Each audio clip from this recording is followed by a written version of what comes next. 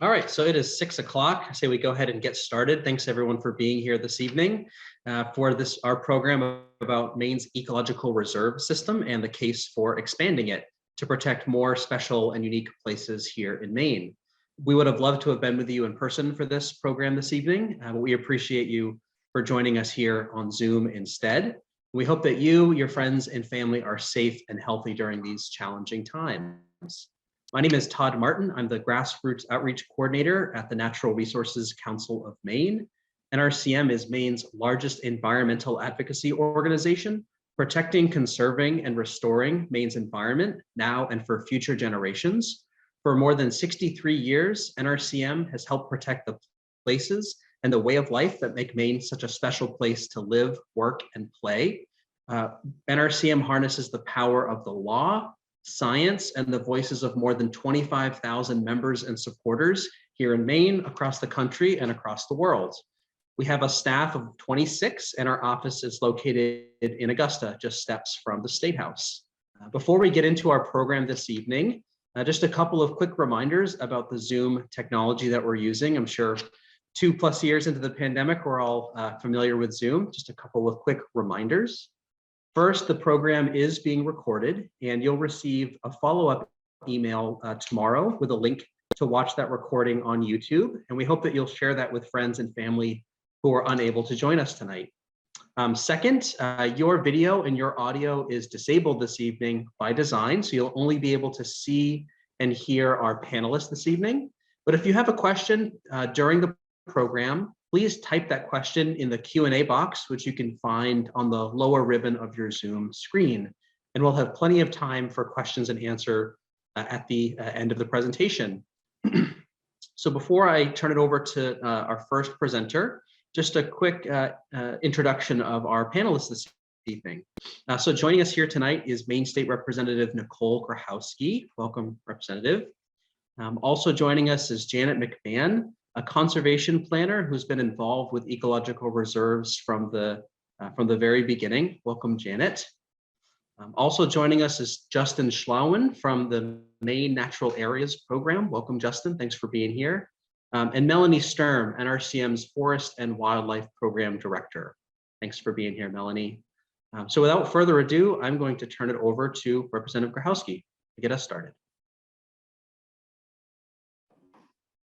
Thank you so much for the introduction, Todd, and thank you for hosting this evening. I'm so glad to be here with everyone tonight and really excited for this opportunity to share information about Maine's Ecological Reserve System and also what we're doing in the legislature to enhance it. So if you're here, you may or may not be familiar with the system by its name, but I think you may recognize and love its many parts. And I'd like to start with a story of just one of the many wonderful experiences I've had exploring our ecological reserves in Maine. So when researching this system in preparation for legislative work this year, I realized that some of the Donnell Pond Ecological Reserve in Hancock County, where I live, is along the north shore of Spring River Lake. Okay, so what you're asking, you might know I'm also a geographer, so these sort of things are of great interest to me, looking at maps.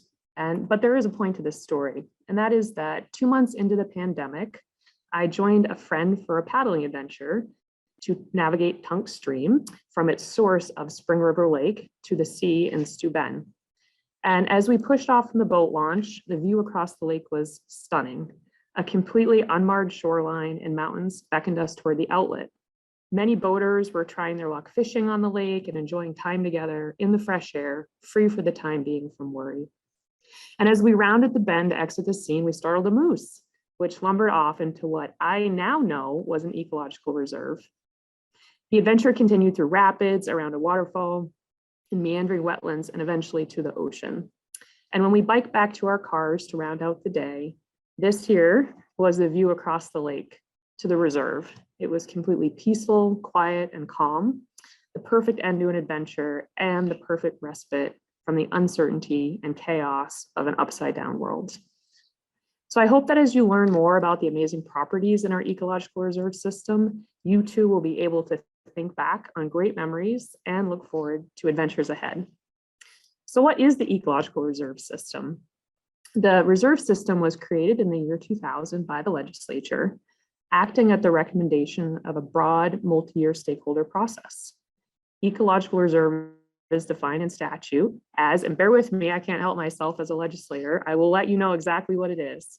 So it is an area owned or leased by the state under the jurisdiction of the Bureau of Parks and Lands, designated by the director for the purpose of maintaining one or more natural community types or native ecosystem types in a natural condition and range of variation, and contributing to the protection of Maine's biological diversity. And these ecological reserves are managed for three different purposes. As a benchmark against which biological and environmental change may be measured, to protect sufficient habitat for those species whose habitat needs are unlikely to be met on lands managed for other purposes, or also as a site for ongoing scientific research, long-term environmental monitoring, and education. So now, fast forward over 20 years, Maine has 19 ecological reserves comprising 97,000 acres of land, which is less than 1% of the land area of Maine. And I'll just give you a few of what I think are some of the most well-known ecological reserves. I won't list all 19, but you might recognize names like the Bigelows, Dabooley, Mount Abram, Nahmakanta, Chamberlain Lake, the Mahoosucs, and near and dear to my heart on the coast is Cutler Coast, one of my favorites. So our current ecological reserves are functioning as intended. They are fertile grounds for research by Maine students, the Maine Natural Areas Program, as you'll hear, and others. And it remains well understood to this day that there are scientific, recreational, and cultural benefits to protecting certain lands in Maine from high impact activities.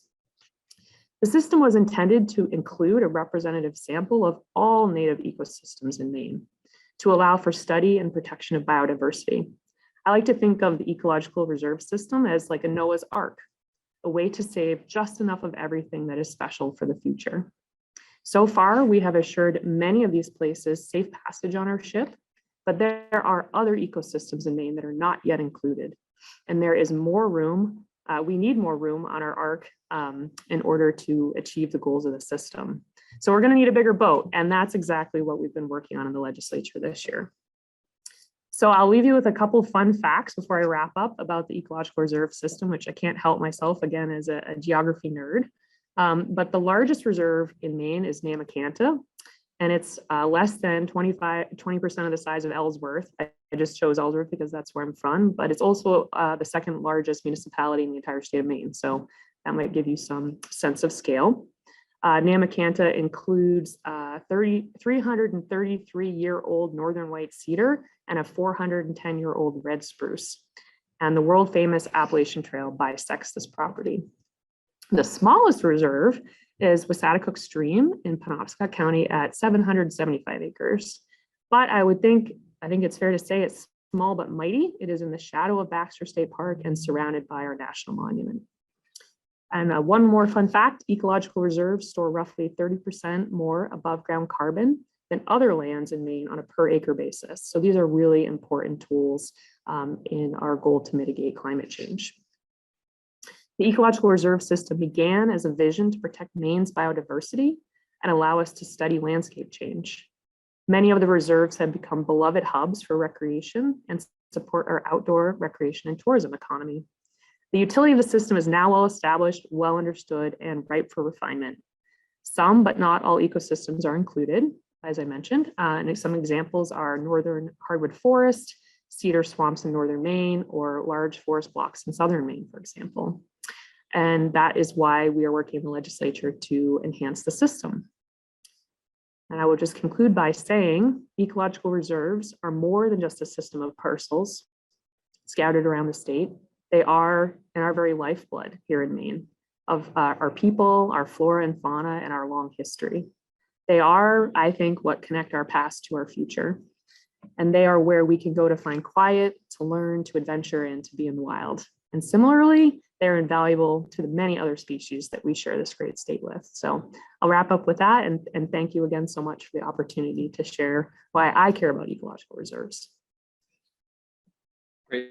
Thank you very much, Representative Grohoski. And before we get to our next presenter, I failed in my introduction to welcome Nick Lunge from Maine Audubon. Nick, thanks very much for being here. and Nick is going to moderate our Q&A at the end of the program. So just wanted to thank Maine Audubon for co-hosting our this event this evening, and we'll turn it over to Janet for your presentation. Thank you, and thanks for having me here.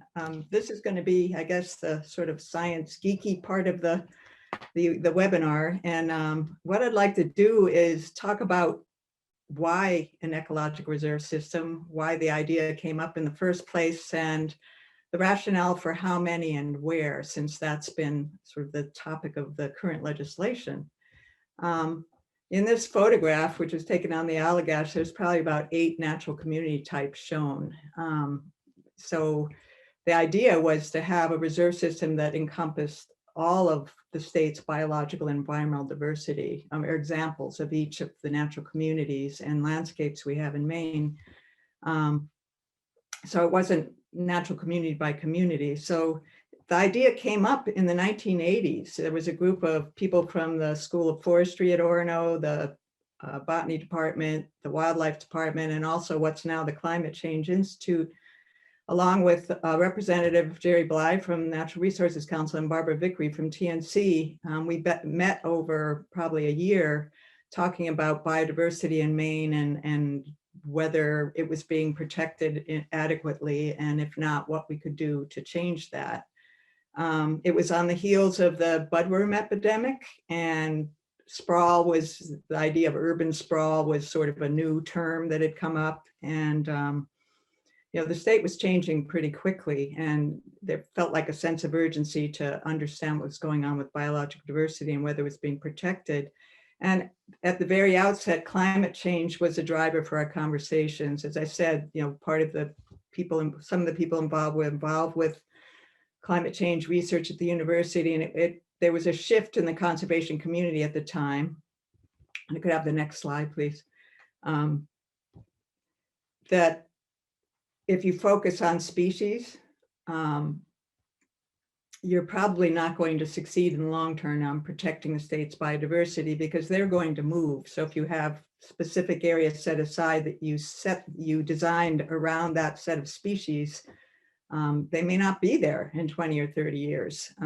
So the idea was to tie in landscape diversity, because that's where the most biodiversity is going to occur, and use communities as a way to identify where that landscape diversity is.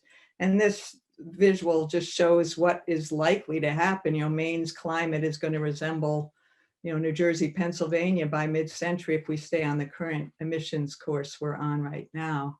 And it was information like this that made us think about a new approach to protecting biodiversity in Maine. Next slide. And we also realized we didn't have a really good handle on the status of biodiversity in Maine at that time. But as a result of those meetings, we decided we needed a systematic approach. We needed to combine what we knew about natural communities. On the right is a classification that identifies more than 100 different natural community types in Maine. But we also needed a biophysical classification that looked at landscapes in the state, and then dovetail those to figure out where reserves should be and how many. So that group proposed that we design such a system and that they be used for benchmarks, and that this system ideally would be more resilient to climate change than just focusing on where species are now.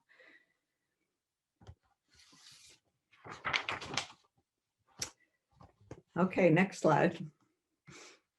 So my role in this is, at the time I was a graduate student at the university, and we realized we didn't have a biophysical classification in the state. There were other parts of the country that had one, New Brunswick had one, but we didn't have it in Maine. So that became my thesis, to develop one using a bunch of statistics. And we looked at climate, landform, geology, soils, and major vegetation patterns to come up with biophysical regions. And Todd, if you could go back to that last slide, that would be great.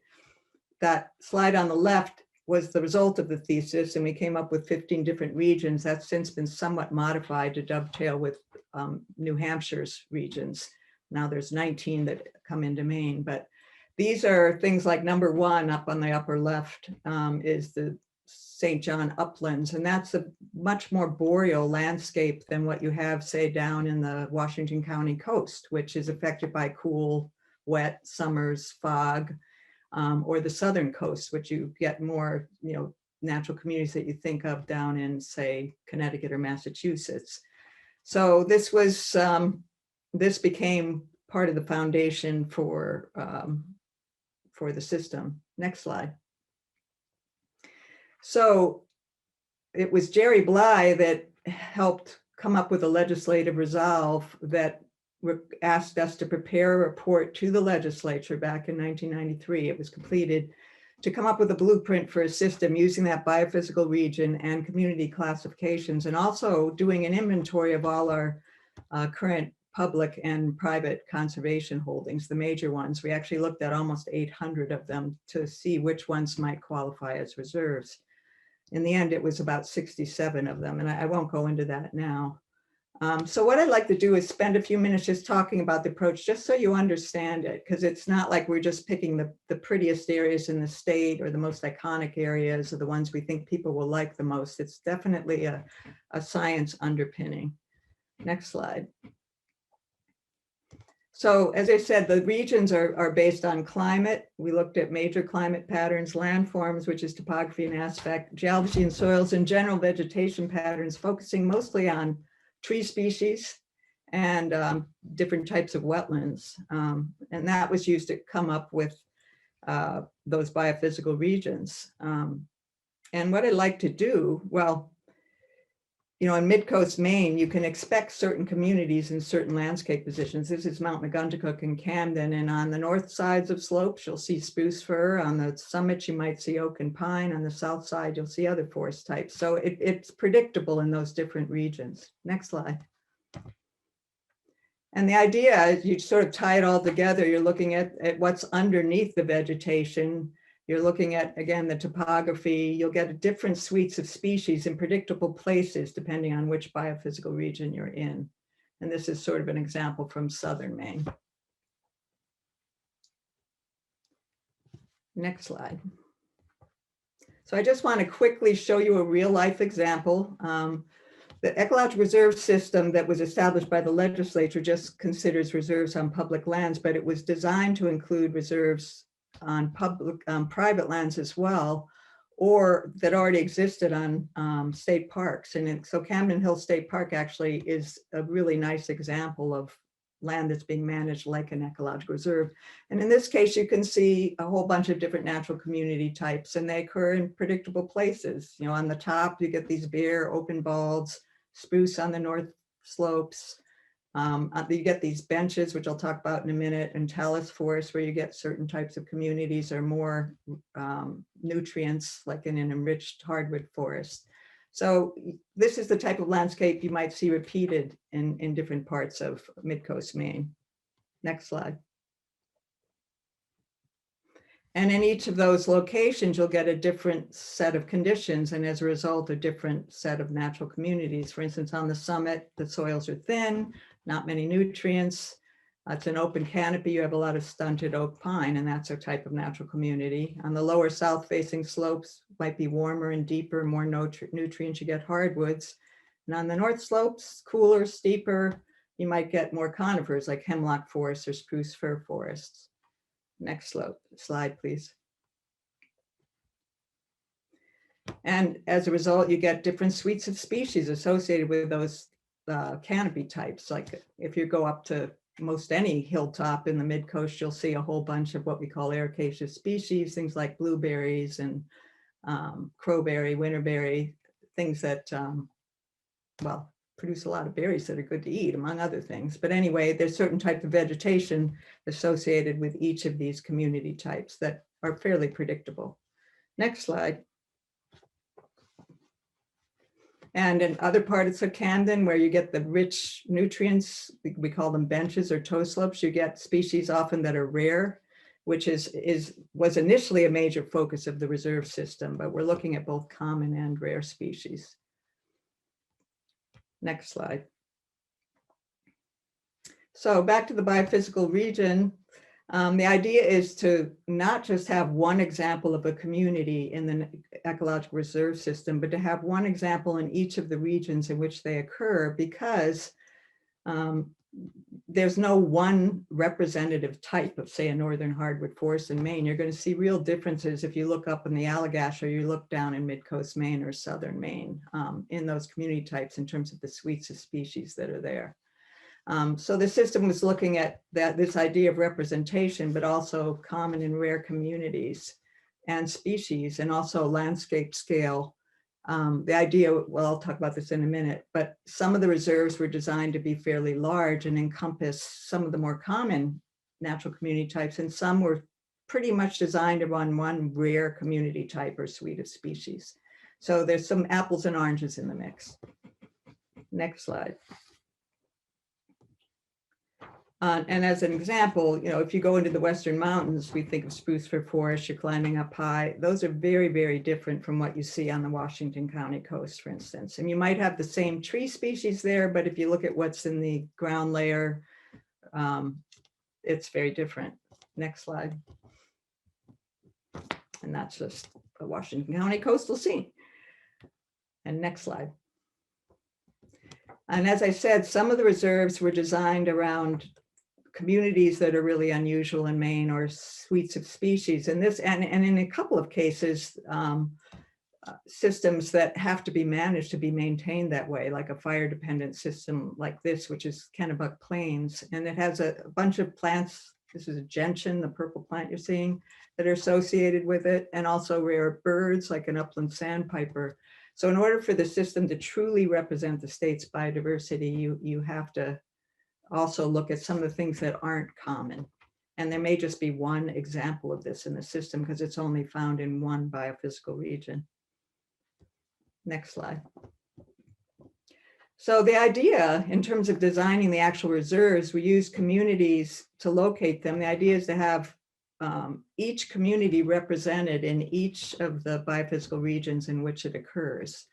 But we didn't want the reserves to be community by community. We wanted to combine as many as possible into a system and think about ecosystem function. For instance, if you're protecting, you don't want to just protect the lower slope on a mountain. If you don't protect what's upslope, you're not going to protect what's downslope. And the same with wetlands and aquatic systems. You need to think about their watersheds. So the ideal was to think in scale in terms of a watershed of a lake or stream, or a whole mountain system, the mountain, not just one slope, say. So you'd have north and south facing slopes, all aspects, that kind of thing.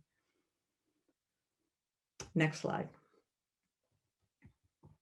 And then the idea was to look for the systems that were least disturbed, ideally, 100 years or more without disturbance, or there are very few of those on the landscape in Maine. But initially, when we did the inventory of existing public and private conservation lands, we were looking for the least disturbed landscapes. So often older forests, undammed systems, just where the human footprint was light, because those would provide the best benchmarks. If you're trying to understand how a unmanaged system compares to a managed one. Next slide. And so again, we were looking at whole watersheds, wetland and pond systems. This whole area could be a reserve that you're looking at. The idea was not just, again, community by community, but thinking more landscape by landscape. Next slide. So that report came out in '93 that had the blueprint for the system. And then the Maine Forest Biodiversity Project started in 1994. And they had three main purposes. That group was more than 100 people representing all the major forest landowners, pretty much all the conservation groups in the state, a lot of scientists, various advocacy groups, every stakeholder we could think of that was interested in Maine's forests. And they had three prongs to the effort. One was they agreed that we needed an ecological reserve system. They also wanted to establish guidelines for managing forests with biodiversity in mind. And they also helped fund a study to assess the status of biodiversity in Maine at the time. And there are reports for each of those three things. So they commissioned this report, which was basically a more detailed version of the inventory that was done in 1993. And it was looking at how well, actually some statistical analysis of whether communities were truly different from biophysical region to biophysical region, and how many of them we really needed. So that report came out in 98, and that led to the legislation in 2000 that Nicole talked about. And I guess I'm just going to conclude by saying the reserve system was never meant to be the cure to conserving biodiversity in Maine. It was seen as one piece of representing all the biodiversity in Maine and having those benchmarks. And it was also not meant to just be on state public lands. As I mentioned, there are many thousands of acres of land being managed as reserves by the Nature Conservancy and other conservation groups, Appalachian Mountain Club even. So the idea is to create a system that has some lands on public lands, and we know we need more of that, but also rounding it out with additional conservation lands that are protected by other conservation groups. And as I said, it's very much a work in progress. You know, we're well over halfway there, I think, but Southern Maine is woefully underrepresented in terms of those biophysical regions. And can I have the next slide, please? The dark green shows land that's being managed like an ecological reserve. The big thing in the middle is Baxter in the Katahdin Woods and Waters. But you'll see Southern Maine, central interior section, and the very southern part, there's almost no reserves or land being managed as reserves at the moment. So there are big gaps in the system, both at the community level and also geographically. And it also, in terms of not being the be all and end all, it really does depend on how the land around these reserves is managed in terms of maintaining biodiversity over time. So that's a whole nother piece of it. So I'll stop here and let Justin talk about where we are and what's next. Great, thanks, Jen, and thanks everybody for coming out to learn a bit more about ecological reserves. My name is Justin Schlawin. I'm a forest ecologist with the Maine Natural Areas Program. We're a division within the Department of Agriculture, Conservation, and Forestry. And one of my key responsibilities is monitoring of ecological reserves. Okay, next slide.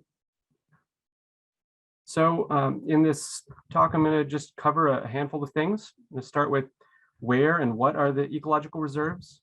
We're going to look at what has been captured in ecological reserves. What are we learning from our long-term monitoring of ecological reserves? And lastly, how well are certain habitats captured in reserve type management? And here I'm going to sort of differentiate between state ecological reserves and those other lands managed by other agencies or organizations like Baxter State Park and other state parks, as well as the Nature Conservancy, Appalachian Mountain Club, National Park Service, etc. Okay, next slide. Okay, so as folks have said previously, in the year 2000, the legislature passed enabling legislation allowing for the establishment of the first ecological reserves. In 2001, 13 ecological reserves were established on public lands. In following years, 6 additional reserves were added to the network, and there's now a total of about 97,000 acres of ecological reserves in Maine. And to paraphrase from the legislation, ecological reserves are areas to be managed in a natural condition and areas where timber harvesting and other extractive natural resource use is prohibited, as well as certain recreation types, such as motorized recreation in some cases. These are areas managed as benchmarks for measuring change, to protect habitats not otherwise captured in other types of management, and as sites for research, environmental monitoring, and education. Ecological reserves include many well-known recreation destinations, including sites in the Western Mountains, Mahoosix through Bigelows, the Dubuli Ecological Reserve in northern Maine, and the Cutler Coast. But they also include some large areas of public land that are more poorly known and are not destinations for recreation such as Great Heath, the number 5 Bog Ecological Reserve, and St. John Ponds. Next slide, please. Next slide. Okay, so next we're going to talk about what's captured in ecological reserves. Next slide. So as I noted, certain recreation uses, especially motorized recreation, is restricted in ecological reserves. But these are areas that are destinations for backcountry recreation. Over 110 miles of hiking trails occur in state ecological reserves. Approximately 70 backcountry campsites are within ecological reserves.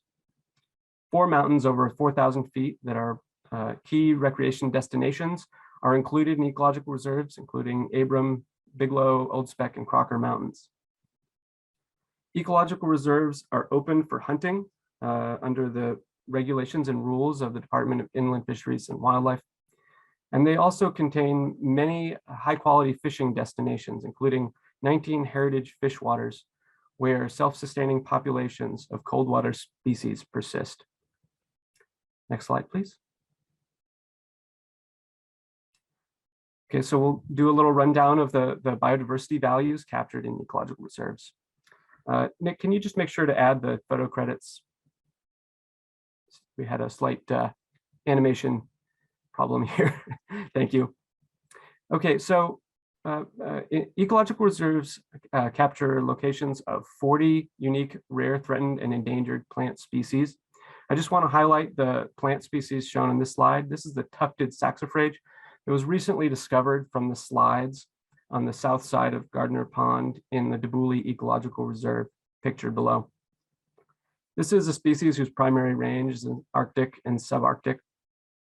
And this population is the only known location for this species in all of New England. Ecological reserves include locations of 11 rare, threatened, and endangered animal species, such as the crowberry blue butterfly pictured above, whose larval stage requires use of the plant, the black crowberry plant, which occurs in the Great Heath Ecological Reserve along the down east coast. Ecological reserves also include extensive areas of older forests, and I'll get to that in a moment when I talk about the long-term monitoring that we conduct in ecological reserves. They include 1,600 acres of deer wintering area, which provide important habitat and cover for deer in wintering months in northern Maine. And in addition to the high quality heritage fish waters, there's over 80 miles of cold water, high priority fish streams captured in ecological reserves. Next slide. Okay, so what are we learning from ecological reserves? I'm going to talk a bit about the long-term monitoring work that is conducted by the Natural Areas Program. Next slide. So the Natural Areas Program conducts inventory in ecological reserves at 3 scales. We conduct inventory at the landscape scale through remote sensing and computer mapping. We conduct inventory at the habitat and forest structure level using forest plot inventory and other types of plots. And we track rare plant records at that species level, at the finest level of inventory. Next slide, please. So at the landscape scale, we're using high resolution remote sense data such as LiDAR data and other data sources to map habitat features that occur in ecological reserves, such as very small canopy gaps that are created by single tree falls, certain rare habitat types, vernal pools, and other features. Additionally, we're using remote sensing technology such as drone imagery to map out vegetation composition in large open wetland environments. And the purpose of this remote sensing work is going back to that element of the enabling legislation is as a benchmark for tracking change. If we're able to capture and observe what things are like now, we're going to better understand how these places are changing in the future. Next place, please. Okay, so at the next level, at that habitat and forest structure level, one way we measure those types of changes over time is through a continuous forest inventory, where we're measuring tree diameters and heights and understory composition, as well as tree regeneration.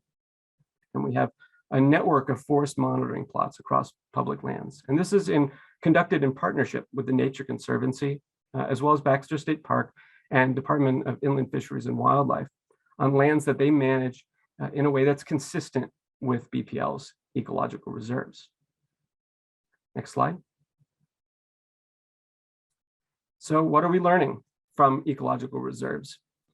Well, some of the key takeaways are that ecological reserves contain an abundance of large living trees, snags or standing dead trees, as well as coarse woody debris. And each of these have important habitat values.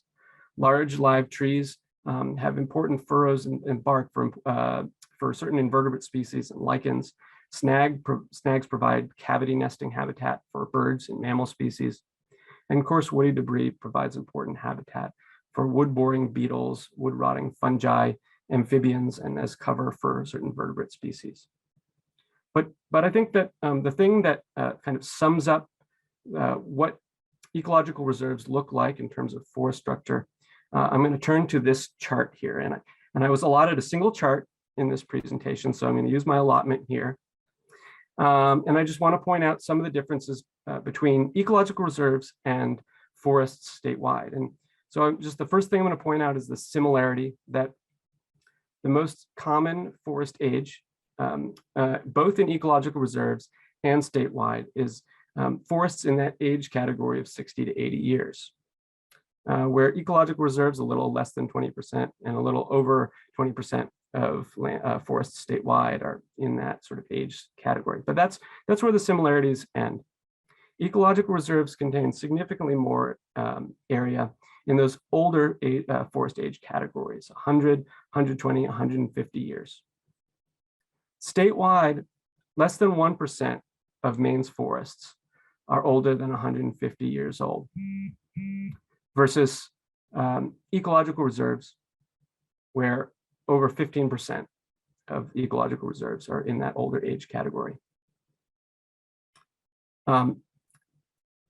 Comparing that to pre-settlement conditions, where over 60% was probably in that age category, shows that ecological reserves are not widespread areas of old growth forest. They contain a wide variety of forest condition, but they do capture significant areas in that older forest category. And another thing to point out is that continuing to manage these areas as ecological reserves for the next 20 years will lead to an additional 10% of ecological reserves in that older forest category. So ecological reserves do capture important old forest habitats, but they're still not in that steady state condition or universally an area that we might call old growth. Next slide, please. So other things that we're learning from this plot data, we worked with the University of Maine in partnership with the Nature Conservancy to assess both carbon storage and sequestration in ecological reserves. And the University of Maine has produced a report that's on the Natural Areas Program website detailing the results of this work. And what they found is that ecological reserves are storing a lot of carbon. 3.5 million metric tons of above ground carbon is stored in BPL ecological reserves. And this is roughly equivalent to the annual fossil fuel emissions in Maine. Additionally, ecological reserves are storing 30% more above ground carbon than Maine's managed forests on a per acre basis. Next slide, please. In addition to storing a lot of carbon, ecological reserves are continuing to capture a lot of carbon.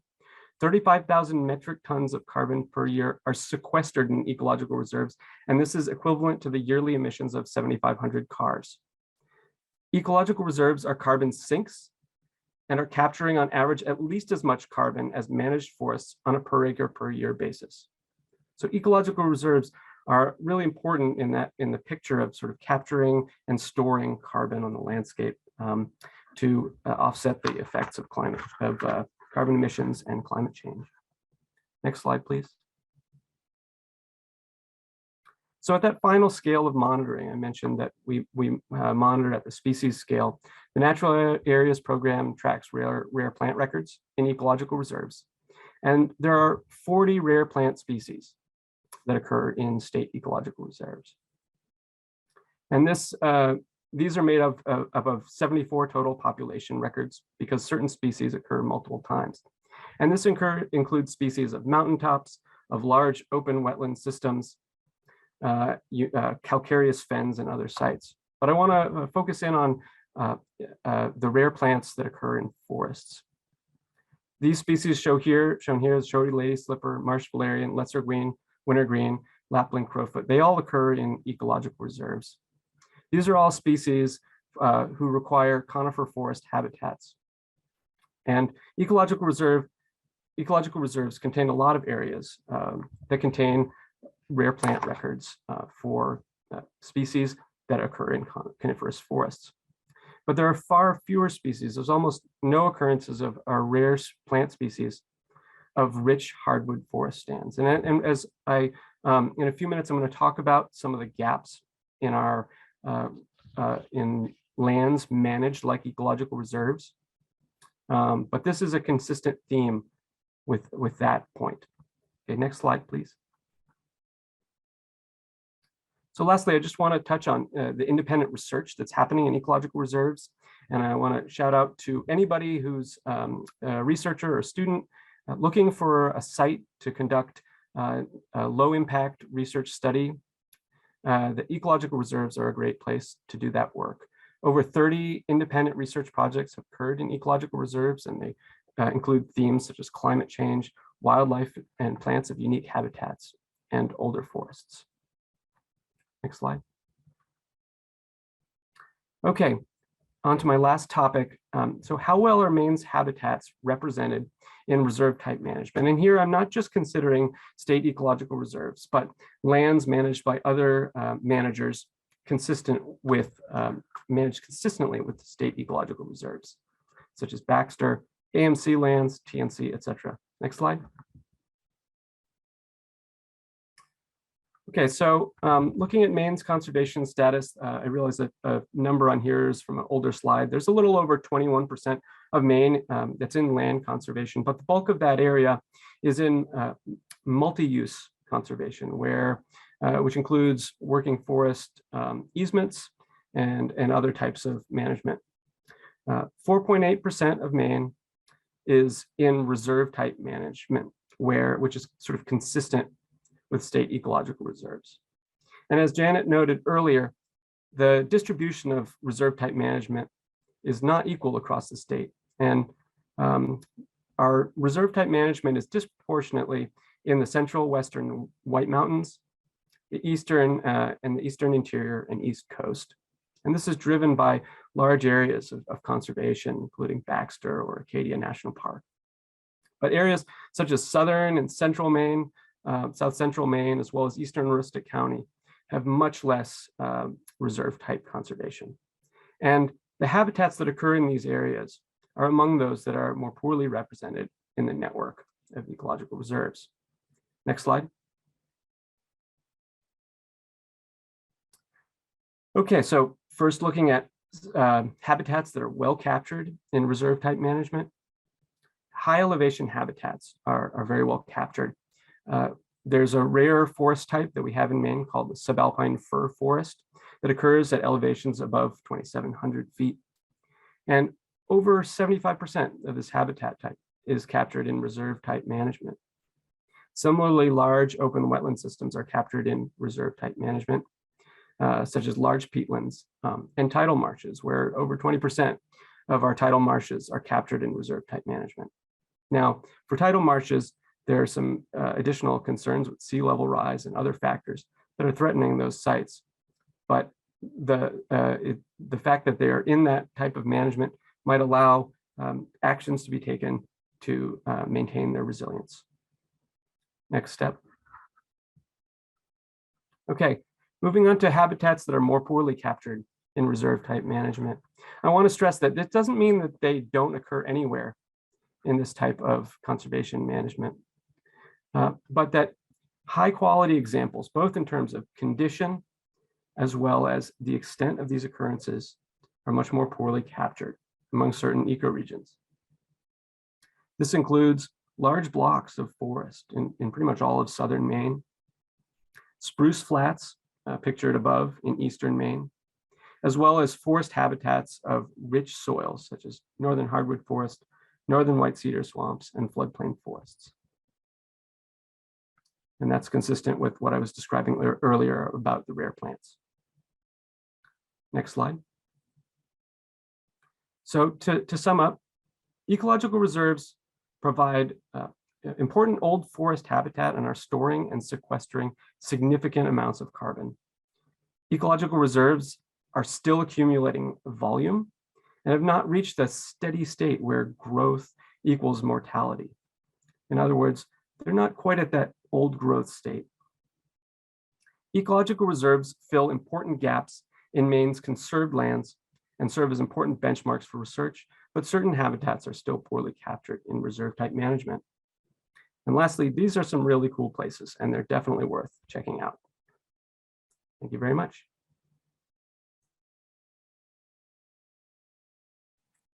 Thanks, Justin and Janet. Really appreciate you being here. I'll be quick so we can get to all of your questions.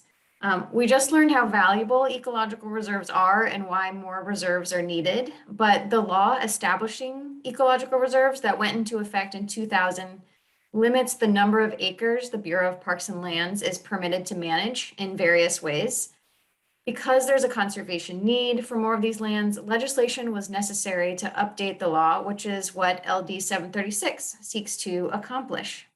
This bill was introduced at the beginning of the legislative cycle by Representative Grohoski, but was carried over to the short session this year. It updates a 22-year-old law to reflect new science and make other improvements. The most important being that it increases the size limits or caps on the total acreage the Bureau is allowed to designate as ecological reserves. Without this change, the Bureau would soon bump up against the size caps.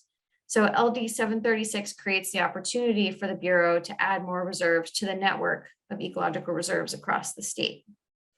The bill had a public hearing on January 25th, a work session the following week, and earlier this week it had a second work session when, excitingly, the Agriculture, Conservation, and Forestry Committee voted unanimously ought to pass as amended 13-0. So that was really awesome. The strong vote demonstrates that although there were some differences of opinion about what mechanism to use to regulate the Bureau's ecological reserve acreage, there was bipartisan support for and recognition of the value of these incredible public lands.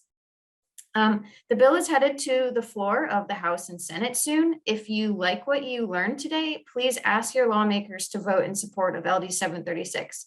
Even if you think they're likely to vote yes, still contact them because it's a good opportunity to educate them about ecological reserves and to alert them to the fact that this bill is coming their way and that their constituents care about it. NRCM and Maine Audubon will have ways for you to send your message or send a message to your lawmaker. So look for those on our website. And thank you so much for listening and for your support. All right. Thank you, everyone. Let's do some questions now while we've got some time. Again, if you have questions, please type them in the Q&A box, not in the chat. That way we can get to them in the right way. And I'll start with this one from Daniel, perhaps for Melanie. How much land is proposed to be added to the reserve system in this bill? There is no specified amount of land that the bill would require the Bureau to add. It just gives them the opportunity to designate reserves when they see an opportunity to do that, when they find a piece of land that would be appropriate and when they have the funds to acquire that land. So it's not prescriptive in that way. It just kind of opens the door to more designations. Awesome. A question here from Roger, who has had his feet on the ground since 1967 in some of these great lands. He wants to know about old growth forests. This might tie in just into the forest mapping you're talking about, but He asked, is there any statewide assessment and mapping of old growth forests, potentially as a part of ecological reserves or for other reasons? Sure, and thanks for the question, Roger. It's good to see your name come up. I'm going to try to keep this brief because I could talk for hours about this, but our program tracks the status and trends of habitats, including old forest sites. We have a lot of sites in our data system for old growth forest sites from the Maine Critical Areas Program that was a predecessor to our program. So that's a key part of what we do, is sort of tracking where these old forest sites are. The gaps in our knowledge are largely around small sites. So we're constantly working to improve that. Great question. Excellent. Question here from Edward. To what extent do farmland and blueberry barrens contribute to these reserves? Those are not natural community types, considered natural community types. So they're not, there may be some areas budding and that contribute to the diversity, but they're not considered natural community types. Fair enough. Question here from Susie. What benefit is there for the state to manage as a reserved versus a land trust to manage? I'll leave that open for whoever may want to take it. I'll take a stab at that. I mean, again, the idea of the system as originally conceived was that it not be limited to just Bureau of Parks and Lands properties. You know, the Nature Conservancy, Baxter, Appalachian Mountain Club, certain land trusts manage their land in identical fashion. The advantage of the system is it makes it easier for Justin to monitor, you know, and there's funds to do that. Whereas some of these private organizations may not be doing that or would have to provide their own funds. But the system, again, was designed to be sort of more of a collaborative, using the same guidelines for designing them and ideally monitoring them, but knowing that we don't have enough public lands distributed in the right places to capture the whole system. Yeah, thank you. A question from Esther about the comment made earlier about sort of the focus on the plant life and tree life instead of the fauna, animal life. Can you talk a little bit more about the thought behind that, or how, you know, wildlife fits in on these lands in terms of management or in terms of what the state is looking for? I think that part of that goes to the sort of the design that Janet was talking about, that we're trying to capture all the habitat pieces. And if we capture all the habitat pieces, hopefully we're going to get all the species that go with that, sort of in terms of both the geology and the landscape, as well as the natural communities.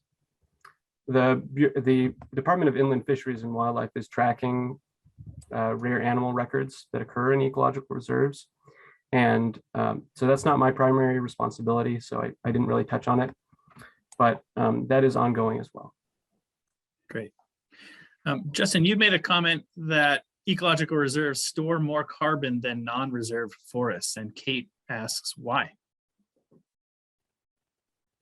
Yeah, so part of that goes to just that forest structural complexity. There's not only, when you have a complex forest structure that includes large diameter, large trees and dead wood and logs on the ground, that's all contributing to the above ground carbon. When you have a younger forest that's made primarily of smaller stems of trees, that there's less carbon there. So it's largely related to that age of these forests. Great. Marina has a few questions about the process. How does land become a preserve? I could take that one. Well, Justin, okay, I'll start and then someone else finish. It's through the Bureau of Parks and Lands management plan for all of their public land units. The Bureau has to create a management plan following the guidance of the integrated resource policy. And through that process, they decide, they create these different allocations is what they're called technically, where they decide which part of the unit could be appropriate for motorized recreation or as an ecological reserve or some other, timber harvesting would be another example. And that's a public facing process, a lot of opportunity for different stakeholders to weigh in. And yeah, it's managed by the Bureau of Parks and Lands, but I'll leave it at that in case anyone would like to add something. I mean, I will say again that the system can't be complete just on public lands. So part of it depends on the missions of other organizations. And I do think right now there's an effort to communicate between organizations, like Justin helped the report looking at where the gaps are and getting that information out to other conservation organizations and landowners. I think it's critical for making the system whole. And that's sort of in process now. Also, there's bigger push to protect more land in the United States generally. This can dovetail into that. I just want to say I have to jump off. I want to thank everyone for joining. I'm going to turn it over to Todd to continue from here. Thanks very much, Nick. Thanks for being here. A couple more questions. We've got a few more minutes until we are at the top of the hour. Melanie, I'm going to kick this next question over to you. It comes from Daniel Hildreth. How much land is proposed to be added to the Ecological Reserve System with LD 736? I actually already answered that one, Todd. So maybe we go to a different one just because we have limited airtime. Yep, no problem. Great. Let's see. There's a more of a comment. Justin, you might be able to speak to this a little bit more. Question is more about Maine's intertidal and shallow subtidal communities are not included in the Ecological Reserve System. There's no mention of marine kind of communities in the Ecological Reserve System, rockweed forest, kelp forest, eelgrass beds, salt marshes. Justin, you mentioned a little bit about kind of salt marshes, but can you speak to more about the marine ecosystems being included in the Ecological Reserve System? Right. So ecological reserves, just sort of by definition right now are restricted to lands managed by BPL, but obviously there are sort of conservation actions that are completely relevant and applicable for intertidal and subtidal habitats. I'm not an expert on that, but I think that there's still a process of sort of getting a handle on what sort of designations there are out there regionally, and that's sort of a process that my conservation partners are working closely on. Todd, I would also add that there hasn't been an inventory, the way there was for public lands, looking at where the best examples of intertidal habitats are. There was a classification done of the different communities at about the same time the one was developed for land, but there's never been an inventory. It is a need, but it's sort of a different process. It would need a different set of expertise to make that happen. Great, thank you. There's a couple questions here regarding land that is managed by Maine tribes and whether the tribes are also partners in kind of the long-term monitoring of land, or if they are kind of participants in the Ecological Reserve System. Justin, can you speak a little bit to sort of maybe BPL's relation to Maine's tribal populations and land managed by Maine tribes? Yeah, I mean, so I'm not directly personally connected to that. The Bureau of Parks and Lands has been a participant in the First Light Learning Journey, which is sort of a collaborative effort with Maine's tribes, but I can't really speak to much more than that. Okay. There's a question here from Kate. Do other states have similar ecological reserve systems like we have here in Maine? So Maine is kind of unique with its ecological reserve system designation. Other states have lands managed like reserves, but Maine's ecological reserves on public lands with our monitoring framework that accompanies them and sort of for the purpose of measuring changes over time is somewhat unique among northeastern states. Great, thanks. There's a question here from Helen. Question about the lack of representation in the system in southern Maine. Is that due to population growth and development pressure? And is there open land or places in the southern half of the state that are worthy to add to the ecological reserve system? I'll start, but Justin, chime in. I mean, part of it is that we don't have nearly the acreage of public lands in the southern half of the state. So the statute in 2000 only applied to those lands. And then some of it is development. We don't have as many large blocks to choose from, although there's still many opportunities. It's hopefully a hole that will be addressed, I'm hoping, in the next decade, because I feel like the window of time is not going to be very long where there's opportunities to round out the system. Yeah, I would just add that, southern Maine obviously is a lot more fragmented and it's harder to find those large blocks, but they do exist. A large portion of southern Maine still is within undeveloped habitat blocks over 1,200 acres. So there's opportunities potentially out there if there's volunteer land, willing landowners to help develop a conservation design. Question here from Ernie, just getting a little bit more specific about LD 736 and how much are we proposing to increase the cap on acreage for ecological reserves? Maybe Melanie, could you take that one? Sure, or Representative Grohoski, do you want the chance to talk about your bill? Sure, thank you. I feel like it's everyone's bill. I'll just start by saying that. But there are a couple different ways that the statute currently limits the ecological reserves. It sounds like this question is coming from somebody who is maybe familiar with those. There are hard acreage caps, and there are caps on the amount of lands that are available for timber harvesting as well. So we are increasing one of those, hard caps of 100,000 acres up to 115,000 acres. That's on the entirety of the reserve system. And we are also increasing a cap that is currently 6% of the Bureau's lands that are operable, could be available for the ecological reserve system, to 8%. And that increases our ability to conserve those types of lands by around 8,000 acres. And there are a few other caps in there that were sort of redundant and obsolete at this point that we're just eliminating altogether. Great, thank you very much, Representative, and thanks for your leadership on this bill as well. We are at the top of the hour, and the governor's State of the State address is going to start pretty soon, so I want to be respectful of everyone's time. I'll be tuning in. I know Representative Grohoski will be tuning in as well as a member of the House.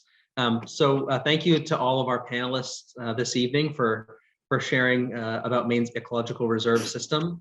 As Melanie mentioned, this bill, LD 736, is heading to the House and Senate soon for votes. We strongly encourage you to reach out to your representative and senator and encourage them to support the bill when it comes up for a vote in the next couple of weeks. And as I mentioned at the start, you'll receive a follow-up email tomorrow with a link to a recording of this program and some other information about Maine's ecological reserves and this bill in particular. So again, thanks very much everyone for joining tonight, and enjoy the rest of your evening.